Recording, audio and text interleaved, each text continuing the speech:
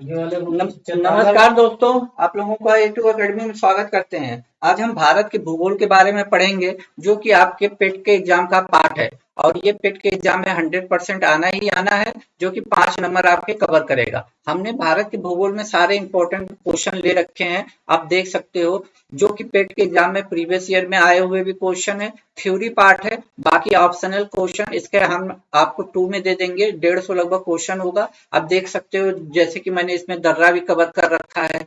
फिर उसके बाद आप देखोगे नदियों के किनारे, या फिर ये देखिए भारत के पड़ोसी देश कौन कौन से हैं। भारत के पड़ोसी देशों से कौन से राज्य लगते हैं, आपके एग्जाम में आते हैं। ये सारे क्वेश्चन आपको एक ही वीडियो में मिल जाएगा। ठीक है, तो बिना देर किए आइए हम अपने क्वेश्चनों पर चलते हैं। पूरा निचोड़ हम लेके आए हैं भूगोल का। आप इसको एग्जाम से पहले 1 से 2 बार देख लीजिए, आपका काम बन जाएगा। ठीक है, देखिए भारत की आकृति कैसी है। सबसे पहला क्वेश्चन हमारा है कि भारत की आकृति कैसी है, तो चतुष्कोणीय है, ये याद रखिएगा। अक्षांश की दृष्टि से भारत उत्तरी गोलार्ध का देश है, याद रखिएगा, उत्तरी गोलार्ध में है, पूछा जा चुका है। और देशांतर की बात करें तो देशांतर की दृष्टि से पूर्वी गोलार्ध में स्थित है। भारत का उत्तरी गोलार्ध में बात करें तो 8 डिग्री 4 मिनट से 37 डिग्री 6 मिनट उत्तरी अक्षांश है। और देशांतर की बात करें, पूर्वी देशांतर के बीच में स्थित है। देखिए 68 डिग्री 7 मिनट से 97 डिग्री 25 मिनट पूर्वी देशांतर तक है, याद रखिएगा। ये पॉइंट कई बार एग्जाम में आ चुका है, आपका यहाँ से एक से क्वेश्चन बनता है। अब देखिए भारत का क्षेत्रफल की बात करें तो ये कई बार पूछा जा चुका है, तो 32,87,263 वर्ग किमी, ये डाटा आपको याद रखना है। 32,87,263 वर्ग किमी, ये एग्जाम में हुबहू ऑप्शन में कई बार आपको प्रीवियस ईयर में मिलेगा। क्षेत्रफल की दृष्टि से भारत विश्व का 7वां सबसे बड़ा देश है। तो पहले से 6ठे नंबर तक, तो पहले नंबर पे रसिया आता है, दूसरे पे कनाडा आता है, तीसरे पे चाइना आता है, चौथे पर यूएस आता है, 5वें पर ब्राजील, 6ठे पे ऑस्ट्रेलिया, 7वें पर अपना प्यारा भारत आता है, और 8वें पर अर्जेंटीना आता है। ये बात आपको याद रखनी है। दूसरी बात, जनसंख्या की दृष्टि से भारत विश्व का दूसरा सबसे बड़ा देश था, लेकिन इस साल बदल चुका है। ये भारत नंबर 1 पे आ चुका है, इंडिया नंबर 1 पे, ये 2 काट दीजिएगा। तो पहले नंबर पे भारत हो जाएगा, दूसरे पर आपका चाइना हो जाएगा, तीसरे पर यूएस हो जाएगा। लूसेंट की बुक है, तो पहले की बुक है तो पहले वाला ही डाटा है, लेकिन ये अपडेट हो चुका है। अब पहले नंबर पे भारत हो गया है जनसंख्या के मामले में, दूसरे पे चीन, तीसरे पर यूएस। ये बात याद रखिएगा, ये करंट का मैं बता रहा हूँ, ये इसी साल की बात है। ठीक है, आपको पता भी होगा। बात करें भारत के उत्तर से दक्षिण, देखिए ये होता है ईस्ट वेस्ट, मतलब पूरब पश्चिम उत्तर दक्षिण। तो दक्षिण की मैं बात करूं तो उत्तर से दक्षिण का इसका विस्तार 3214 किलोमीटर है। ये बात आपसे कई बार पूछी जा चुकी है कि भारत की उत्तर से दक्षिणी तक का विस्तार कितना है, और पश्चिम से पूर्व, मतलब ये वाला हिस्सा। ठीक, तो ये वाला हिस्सा पश्चिम का विस्तार पूर्व से बात करें तो 2933 किलोमीटर है। ये डाटा आपको याद रखना है, क्योंकि एग्जाम में हुबहू कई बार पेटर्न में, अरे यूपी ट्रिपल ने पूछ रखा है। और ये बात भी की पॉइंट है आपका, त्रिपुरा और बांग्लादेश की सीमा को शून्य रेखा कहते हैं। त्रिपुरा, देखिए भारत और बांग्लादेश की सीमा की बात नहीं कर रहा हूं मैं, जो त्रिपुरा की सीमा रेखा है और बांग्लादेश से जो लगती है सीमा, वो शून्य रेखा कहलाती है। इस बात को याद रखिएगा। भारत की स्थलीय सीमा रेखा की मैं बात करूं तो 15,200 किलोमीटर है। ये कई बार आपसे पूछा जा चुका है, आपको पता होगा यदि आप तैयारी करते होंगे। तटीय भाग यानी समुद्री भाग की बात कर रहा है, तो इसकी लंबाई 7,516.5 किमी है। ये दोनों डाटा प्रीवियस ईयर में आपको कई बार देखने को मिले होंगे। परंतु नोट करने वाली बात यह है कि यदि हम द्वीप निकाल दें, केवल भूभाग की बात करें, भारतीय जमीन की बात करें, जो ये भारत है, तो आप देखोगे यहाँ पे लक्षद्वीप का कुछ पार्ट है, यहाँ पे अंडमान निकोबार द्वीप समूह है। तो इसको यदि हम निकाल दें तो इसकी लंबाई 6100 किलोमीटर हो जाती है। केवल भूभाग की लंबाई की मैं बात कर रहा हूँ, मुख्य भूभाग की। तो ये पॉइंट भी आपको याद रखना है, क्योंकि एग्जाम में पूछा जा चुका है। सबसे लंबी तट रेखा वाला राज्य की मैं बात करूं तो गुजरात है, सभी को पता होगा। और दूसरे नंबर पे आंध्रा आता है, आंध्र प्रदेश। ठीक है, तो ये वाला की पॉइंट आपको याद रखना है कि सबसे लंबी तट रेखा वाला राज्य गुजरात है, और सबसे छोटा बोल दे तो गोवा है आपका। सबसे छोटा तट रेखा वाला गोवा है। ये इतना की पॉइंट याद रखना है, क्योंकि एग्जाम में आप देख रहे होंगे, तो ये एग्जाम में बार बार पूछा जा चुका होगा, प्रीवियस ईयर में आपने पढ़ा भी होगा, जब से भी तैयारी कर रहे होंगे तो ये क्वेश्चन आपको कहीं ना कहीं देखने को मिला होगा।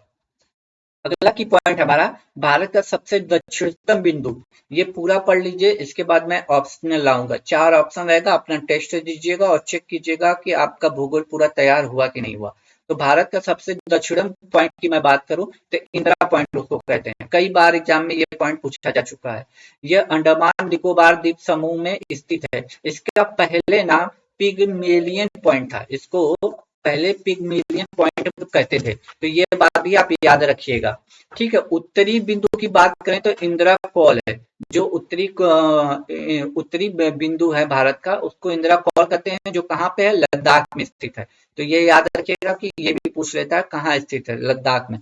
भारत की पश्चिमी बिंदु की बात करें तो सर क्रिक है, जो कि गुजरात में स्थित है, सर क्रिक गुजरात में। अब पूर्वी बिंदु की बात करें तो किबूथी, जो अरुणाचल प्रदेश में, किबूथू अरुणाचल प्रदेश में। भारत के 9 राज्य तट रेखा से लगते हैं, मतलब समुद्र से लगते हैं। ये पॉइंट भी आपके एग्जाम में कई बार पूछा जा चुका है। तो मैंने अभी तक जितनी भी बातें मैंने बताई, ये सब एग्जाम में कहीं ना कहीं आपके आए हुए हैं।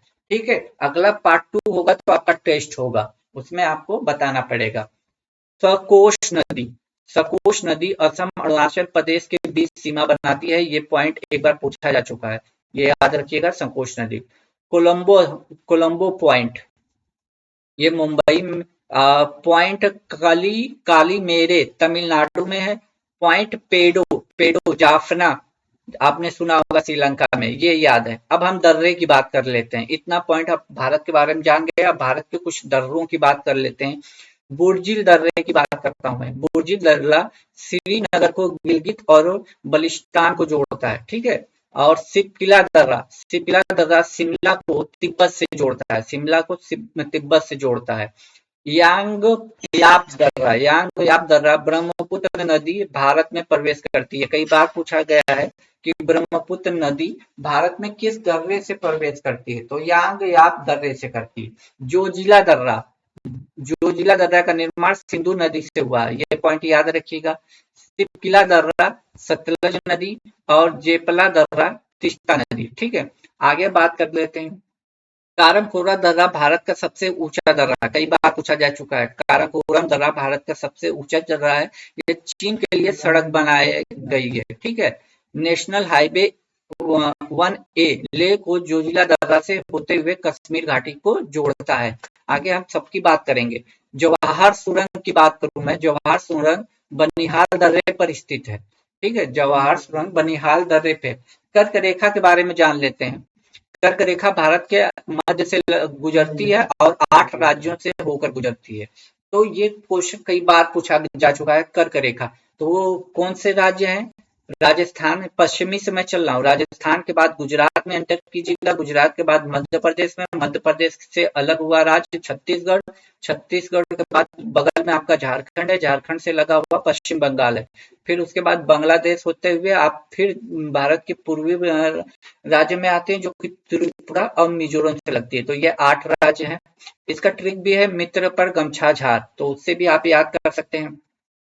भारतीय उपमहाद्वीप में कितने देश आते हैं, कई बार पूछा जा चुका है। तो एक तो भारत आता है, दूसरा पाकिस्तान आता है, तीसरा बांग्लादेश। ये तीनों तो भारत के ही अंग थे, आपको कोई प्रॉब्लम नहीं होगी। भारत, पाकिस्तान, बांग्लादेश, ये एक नदी, पहले तीनों एक ही थे। उसके बाद भारत का पड़ोसी देश नेपाल है और भूटान है, यानी ये 5 देश है।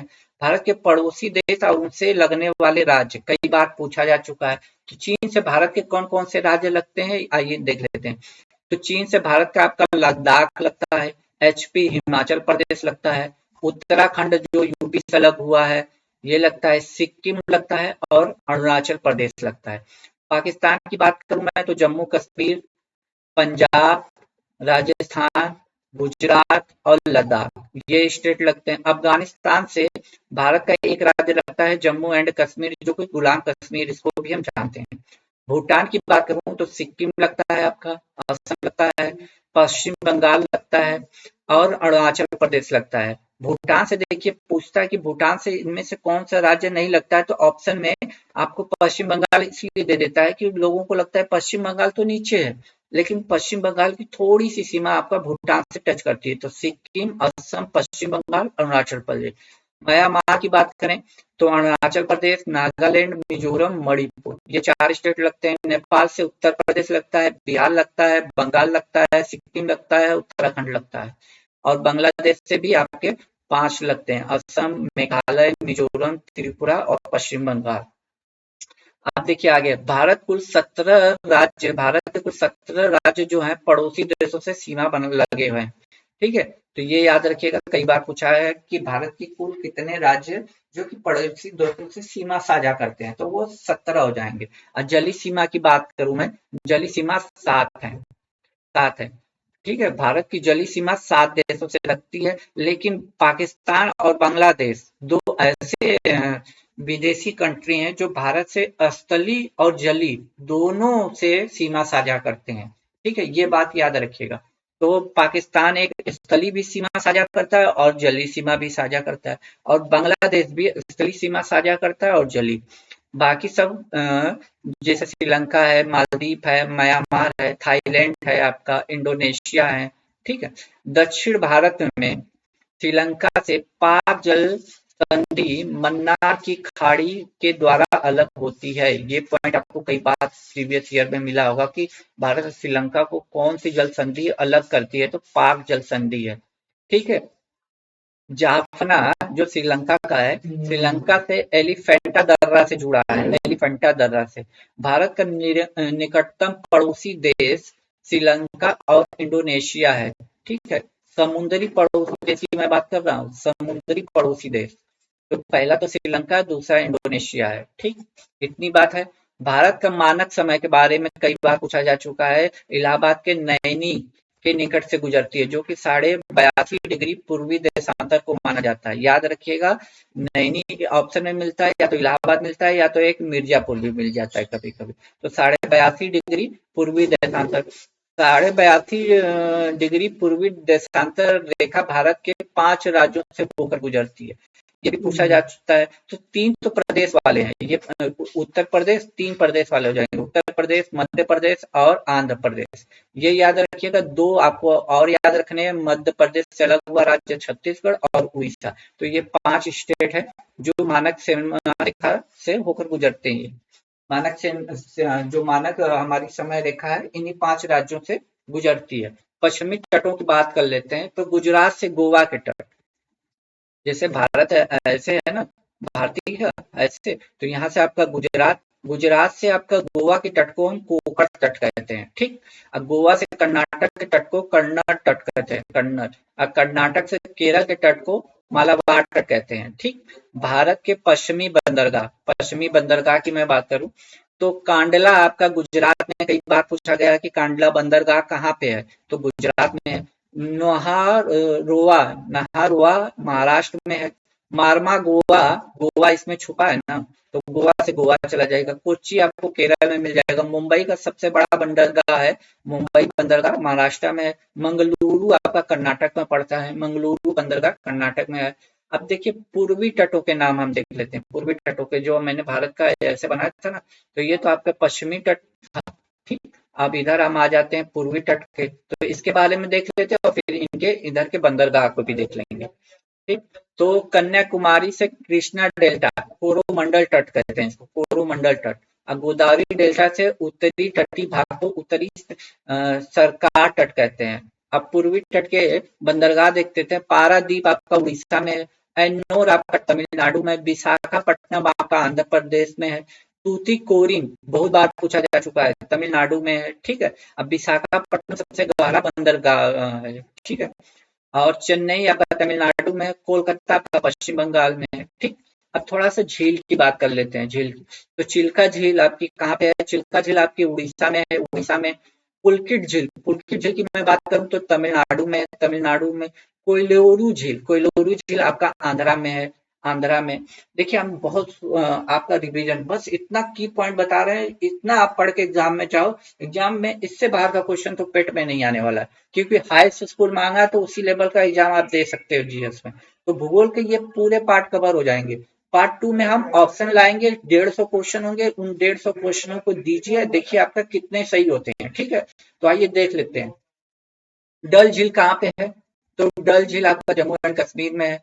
बैरी नाग झील भी जम्मू कश्मीर में है। ठीक, शेषनाग भी आपका आपका है जम्मू कश्मीर में। बुलर झील की बात करूं तो जम्मू कश्मीर में। मानस बल की बात करूं तो जम्मू एंड कश्मीर में। अनंतनाग झील भी आपका जम्मू कश्मीर में।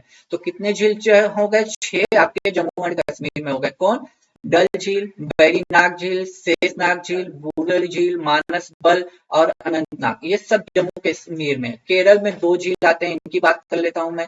पेरियार झील और वेमनाड झील। वेमनाड झील और पेरियार झील आपका केरल में। लोनार झील आपका महाराष्ट्र में पड़ता है। लोनार झील आपका महाराष्ट्र में पड़ता है। राजस्थान की 4 झीलों के बारे में मैं बात करूंगा। तो राजस्थान कौन कौन है? जयसमंद, सांभर झील आपको कई बार मिला होगा। डिडवाना झील भी है और पुष्कर झील, ये चारों आपके राजस्थान में मिलेंगे। कौन कौन? जयसमंद, सांभर, डिडवाना और पुष्कर राजस्थान में। उत्तराखंड की झील की मैं बात कर रहा हूँ, यहाँ पे देखिए। खुरपाताल झील, देवताल झील, नैनीताल झील, मालाताल झील, राक्षस ताल झील। देखिए जिसमें ताल आ रहे हैं, ताल देख रहे हैं, ताल सब में छुपा हुआ है।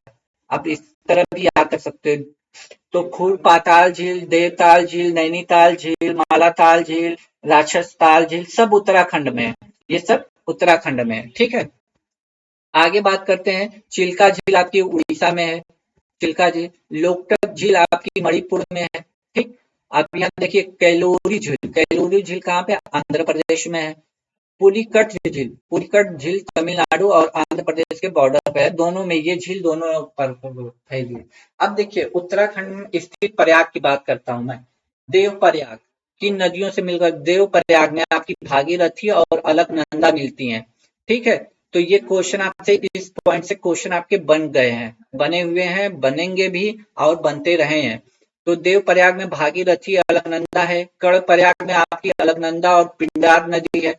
ठीक है, रुद्रप्रयाग, रुद्रप्रयाग मंदाकिनी और अलकनंदा है। विष्णु प्रयाग में धौली गंगा और अलकनंदा है। ठीक, नंद प्रयाग में आपका क्या है? नंदनी और अलकनंदा है। तो ये पॉइंट आपसे याद रखिएगा, इन पॉइंटों से क्वेश्चन आपके बने हुए हैं और बनते रहेंगे। तो देव प्रयाग में कौन सी नदियां हैं? भागीरथी और अलकनंदा है। कर्ण प्रयाग में अलकनंदा और पिंडार नदी है। रुद्र प्रयाग में आपका मंदाकिनी नदी और अलकनंदा नदी मिलती है। विष्णु प्रयाग में धौली गंगा और अलकनंदा मिलती हैं। नंद प्रयाग में नंदनी और अलकनंदा मिलती हैं। केदारनाथ की मैं बात करूं, शिव धाम है, मंदाकिनी नदी पर स्थित है। पूछा गया है कि केदारनाथ किस नदी के किनारे स्थित है? तो मंदाकिनी नदी के किनारे। आदि शंकराचार्य की समाधि स्थल यहीं पे है। बद्रीनाथ की बात करूं तो विष्णु धाम के नाम से प्रसिद्ध है। अलकनंदा नदी इस पर स्थित है। बद्रीनाथ अलकनंदा पर और केदारनाथ मंदाकिनी नदी पर स्थित। आदि शंकराचार्य स्थापित 4 पीठों में से एक है बद्रीनाथ, जो है जो आदि शंकराचार्य द्वारा स्थापित 4 पीठ है, उनमें से एक पीठ है। भारत का भौगोलिक स्वरूप की बात करें तो भारत को 4 भौगोलिक क्षेत्रों में बांटा गया है। ठीक, याद रखिएगा।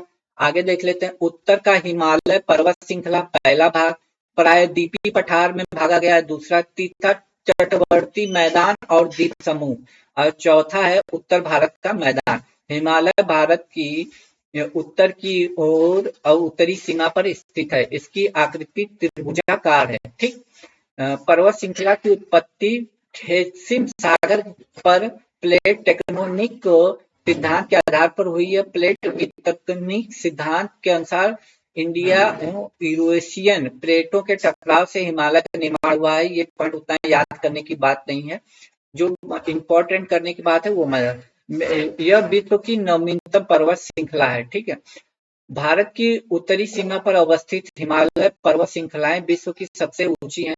ट्रांस हिमालय की बात कर लेता हूं, यहाँ से क्वेश्चन बने हैं। महान हिमालय के उत्तर में तिब्बत स्थित है। ठीक है, अगला पॉइंट है भारत की सबसे ऊंची चोटी केटू है या इसको गार्डविन आस्टीन भी बोलते हैं, जो कि काराकोरम श्रेणी में स्थित है। ये पॉइंट आपसे इंपॉर्टेंट है, कई बार पूछा जा चुका है। बृहद हिमालय की मैं बात करूं तो यह लघु हिमालय से पेन सेंटर ट्रस्ट द्वारा अलग होता है। ठीक, देखिए जो इम्पोर्टेंट है उसको मैं थोड़ा सा जोर दे के बताऊंगा। माउंट एवरेस्ट विश्व की सबसे ऊंची चोटी है, ये लाल वाला जो की पॉइंट है ना, ये है। इसे तिब्बती भाषा में चोमो लुंगमा कहते हैं, चोमो लुंगमा कहते हैं, और नेपाल में इसे सागर माथा के नाम से जानते हैं। कई बार पूछा गया है कि माउंट एवरेस्ट को नेपाल में किस नाम से जानते हैं, तो सागर माथा के नाम से जानते हैं। भारत में एवरेस्ट है।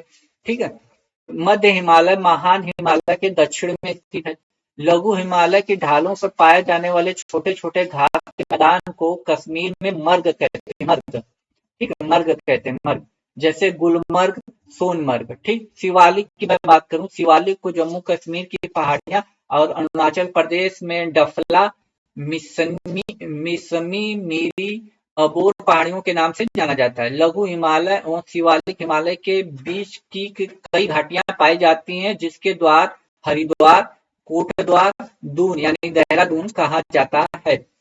अरावली पर्वत कई बार पूछा जा चुका है, ये भारत का सबसे प्राचीन पर्वतमाला है। ठीक है, अरावली जो कि राजस्थान में स्थित है, और भारत की सबसे प्राचीन पर्वतमाला कई बार पूछा जा गया है। ठीक है, नवीनतम की पर्वतमाला हिमालय है, नवीनतम। अरावली पर्वतमाला सबसे ऊंचा पर्वत शिखर गुरु है। पूछा जाता है अरावली पर्वतमाला की सबसे ऊंची पर्वत शिखर कौन सी है, तो गुरु शिखर है। लूनी नदी, लूनी नदी कच्छ के रण में गायब हो जाती है, कई बार पूछा जा चुका है। कच्छ का रण कहाँ पे है, गुजरात में है। ठीक है, अब देखिए नदियों के किनारे बसे हुए नगर शहर की बात कर लेते हैं, कई बार पूछा जा चुका है।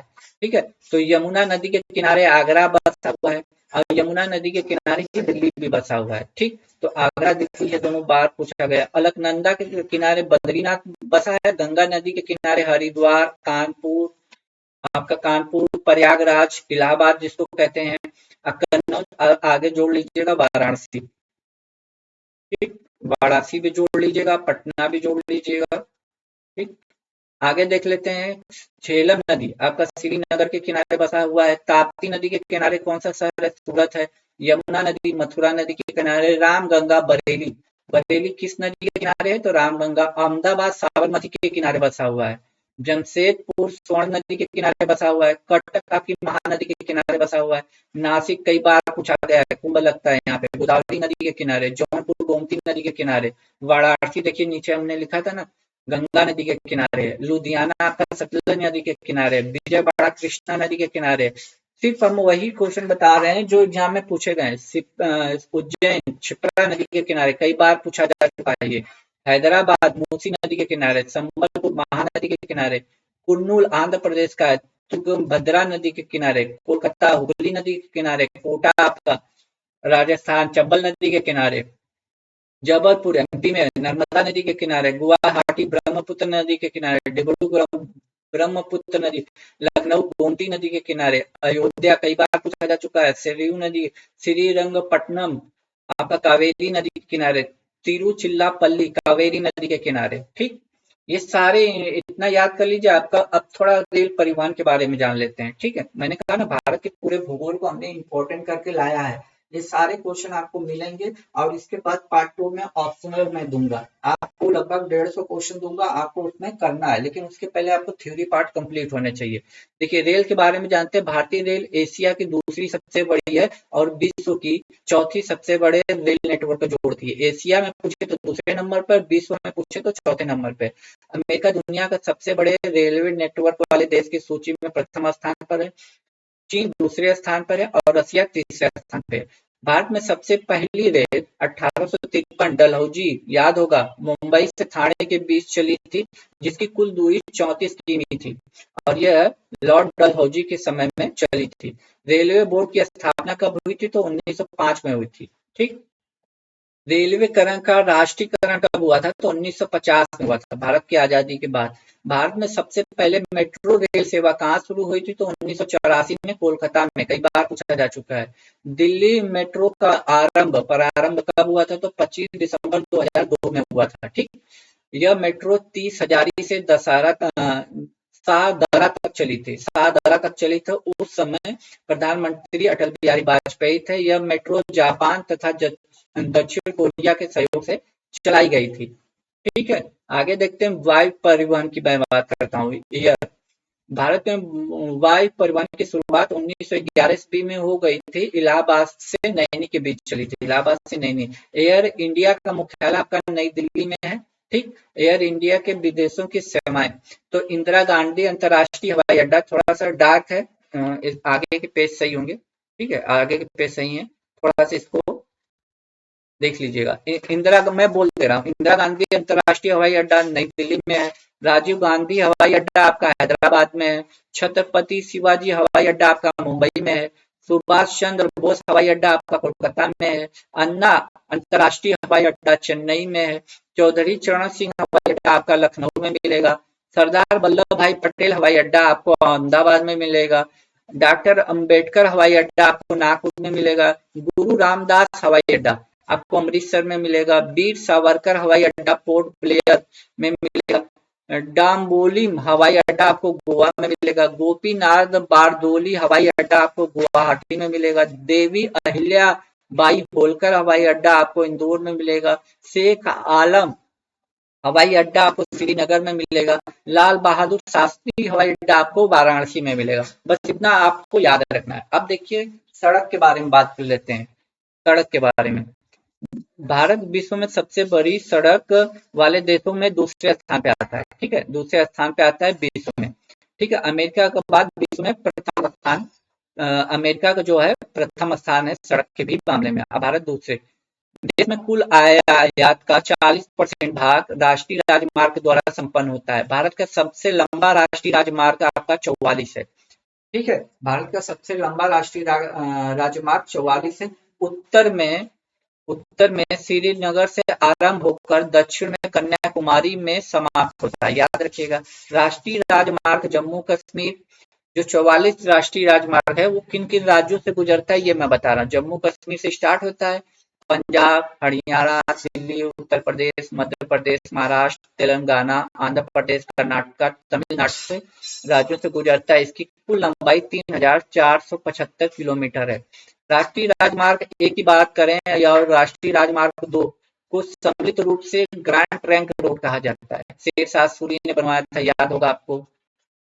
भारत का सबसे छोटा राष्ट्रीय राजमार्ग की मैं बात करूं तो 47A है, जो मात्र 6 किलोमीटर लंबा है।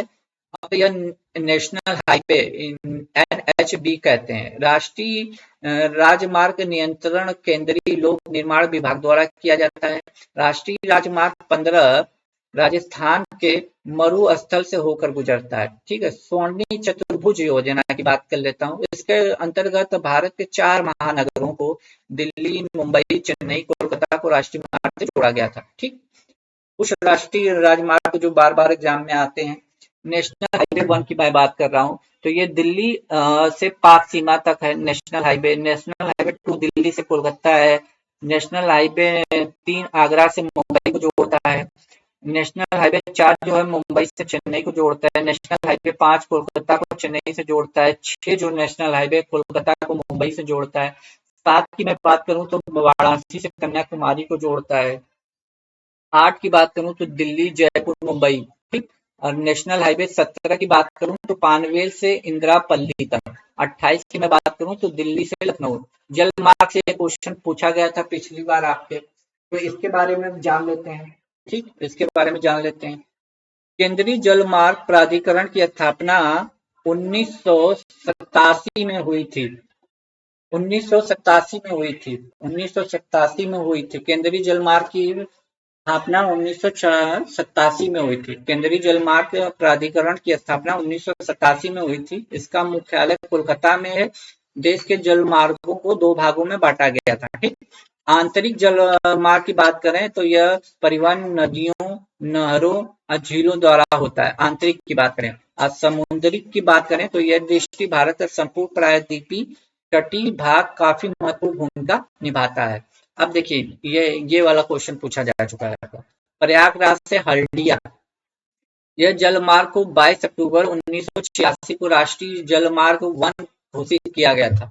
यह सबसे लंबा जलमार्ग है, इसकी लंबाई 1620 किलोमीटर दूर है। ये बात पूछी जा चुकी है कि राष्ट्रीय जलमार्ग वन किन दो शहरों को जोड़ता है, तो प्रयागराज से हल्दिया। ठीक है, अब देखिए कुछ राष्ट्रीय जलमार्ग की बात करें तो राष्ट्रीय जलमार्ग एक की बात करें तो प्रयागराज से हल्दिया, दूसरे की बात करूं तो राष्ट्रीय जलमार्ग सादिया से धुबरी ब्रह्मपुत्र नदी पर है।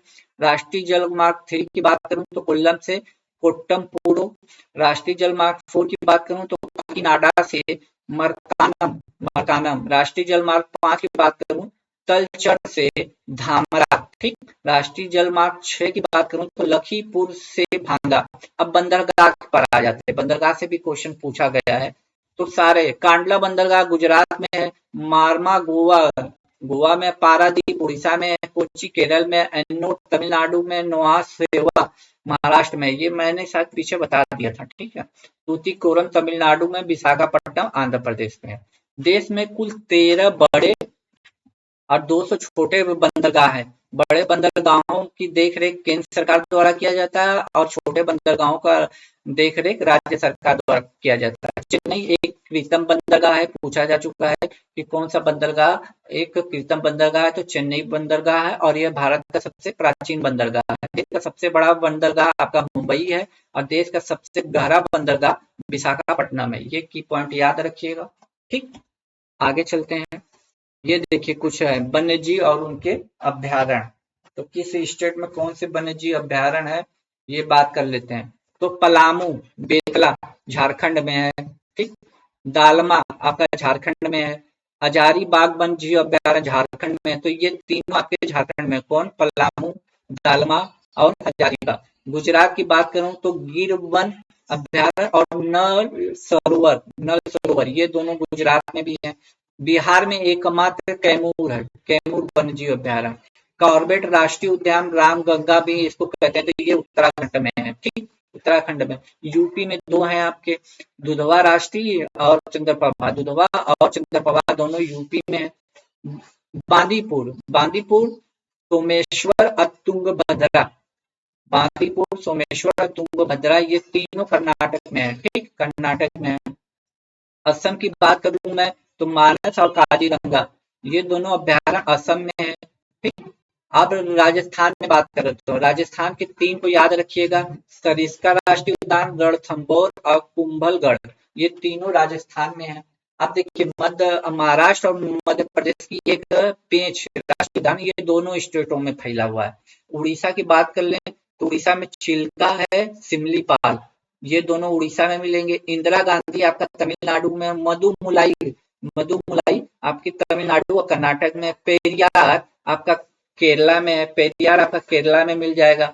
पाराबीकुलम आपका केरला में है। मध्य प्रदेश में कान्हा है और पंचमढ़ी है और बांधवगढ़ है, ये तीनों एमपी में मिलेंगे। कर्नाटक में नागरहोल और राजीव गांधी दोनों एक ही का नाम है। हरियाणा में सुल्तानपुर राष्ट्रीय उद्यान है। ठीक है, और रोहिला राष्ट्रीय उद्यान हिमाचल प्रदेश में है।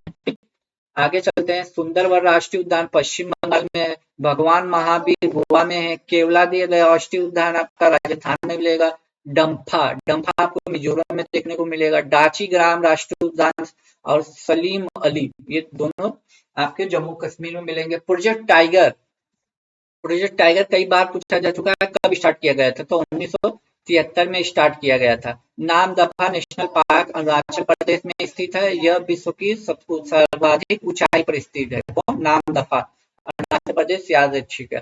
सर्वाधिक बाघ मध्य प्रदेश राज्य में मिलते हैं, मध्य एमपी में। इसको टाइगर स्टेट भी कहते हैं, एमपी को टाइगर स्टेट भी कहते हैं। जिम कॉर्बेट जो पार्क है, जिम कॉर्बेट पार्क है, रामगंगा नदी पर बहती है। रेड डाटा बुक विलुप्त पशु पक्षियों और पौधों के बारे में जानकारी देता है। ठीक, ये इतना पढ़ लेंगे, आपको इससे बाहर का नहीं पूछेगा। अब देखिए कुछ नदी घाटी परियोजनाओं की बात कर लेता हूँ, पूछा जाता है तो। हीराकुंड बांध कहाँ पे है, महानदी उड़ीसा में स्थित है, याद रखिएगा। नदी भी याद रखना है, स्टेट भी याद रखना है, कुछ भी पूछ सकता है। तो हीराकुंड बांध कहाँ पे है, महानदी उड़ीसा में। चंबल आपका चंबल नदी राजस्थान और एमपी के साझा परियोजना है। ठीक, काकरा पार आपका ताप्ती नदी गुजरात में है। काकरा पार। उकाई परियोजना आपका ताप्ती नदी और गुजरात में है। मालप्रभा मालप्रभा नदी पर है और कर्नाटक में है। दामोदर नदी घाटी परियोजना दामोदर नदी और वेस्ट बंगाल यानी पश्चिम बंगाल में है। ठीक। भागला नागल सतलज नदी पे है और पंजाब में स्थित है। ब्यास की मैं बात करूं तो ब्यास नदी पर है और पंजाब नदी में ही स्थित है। तुंगभद्रा की बात करूं तो तुंगभद्रा नदी कर्नाटक में स्थित है।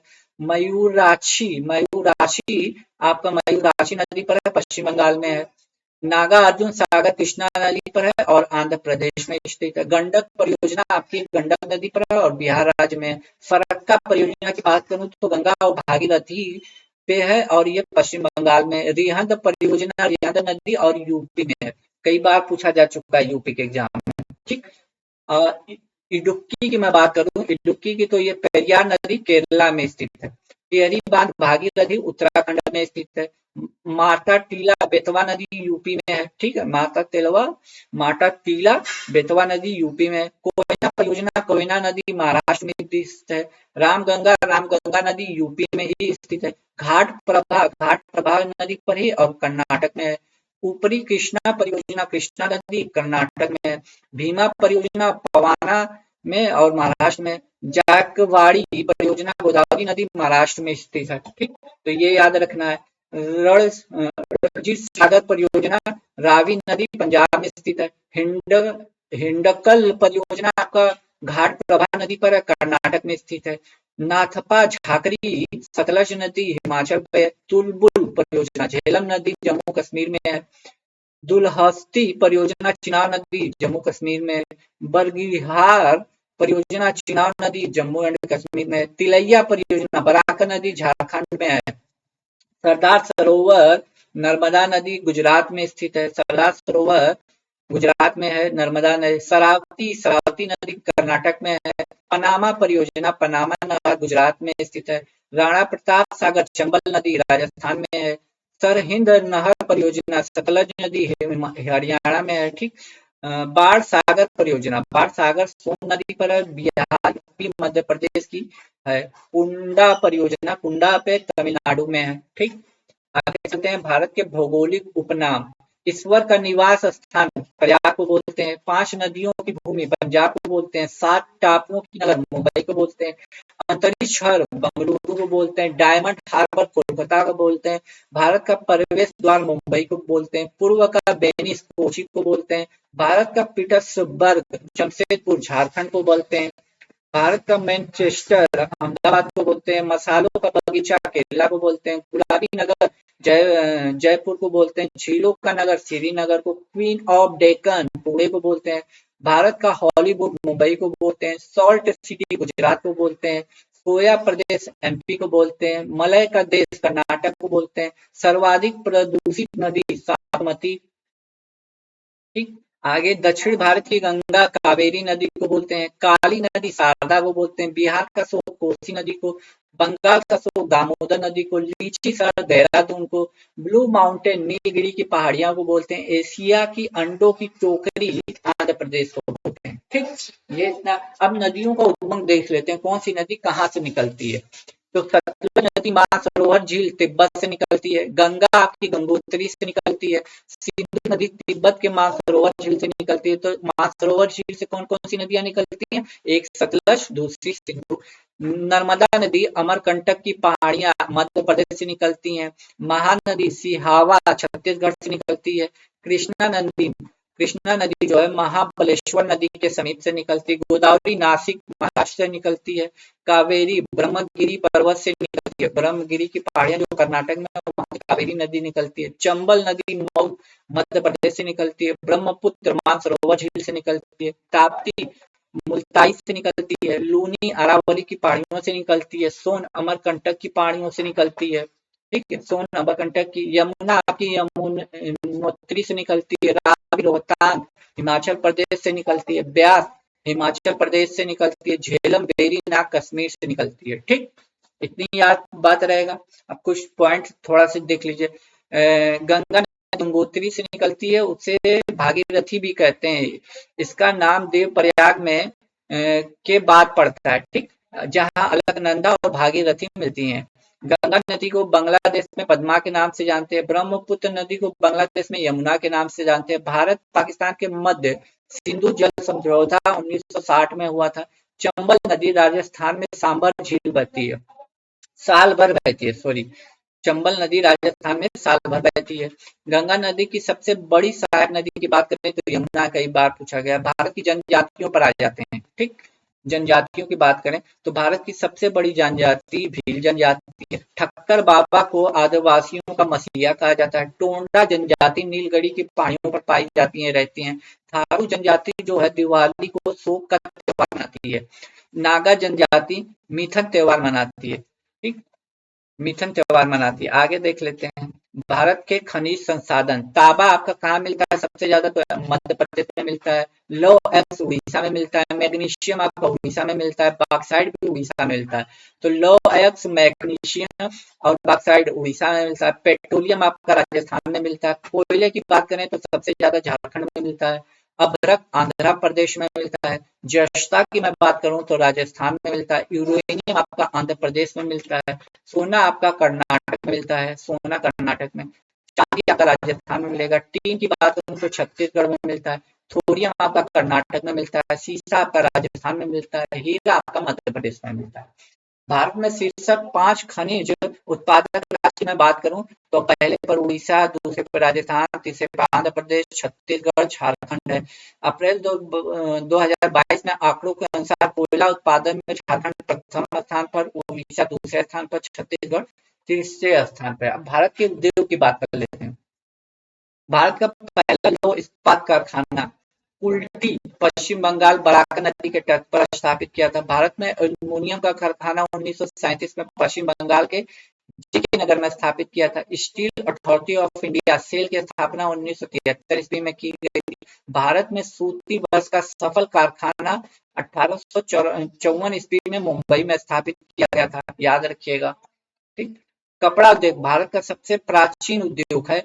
मुंबई को भारत के सूफी वस्त्रों की राजधानी कहा जाता है। जूट उद्योग का पहला कारखाना 1859 ईस्वी में कोलकाता में रिसरा में जूट के सोने का रेशा भी कहते हैं, जूट को सोने का रेशा भी कहते हैं, ठीक है, जूट को आपको सोने का रेशा भी कहते हैं। भारत में चीन की पहली मिल 1903 में प्रतापपुर उत्तर प्रदेश में स्थापित की गई। भारत में सीमेंट बनाने का पहला कारखाना 1904 में मद्रास में लगाया गया था, जो असफल हो गया था, ठीक है।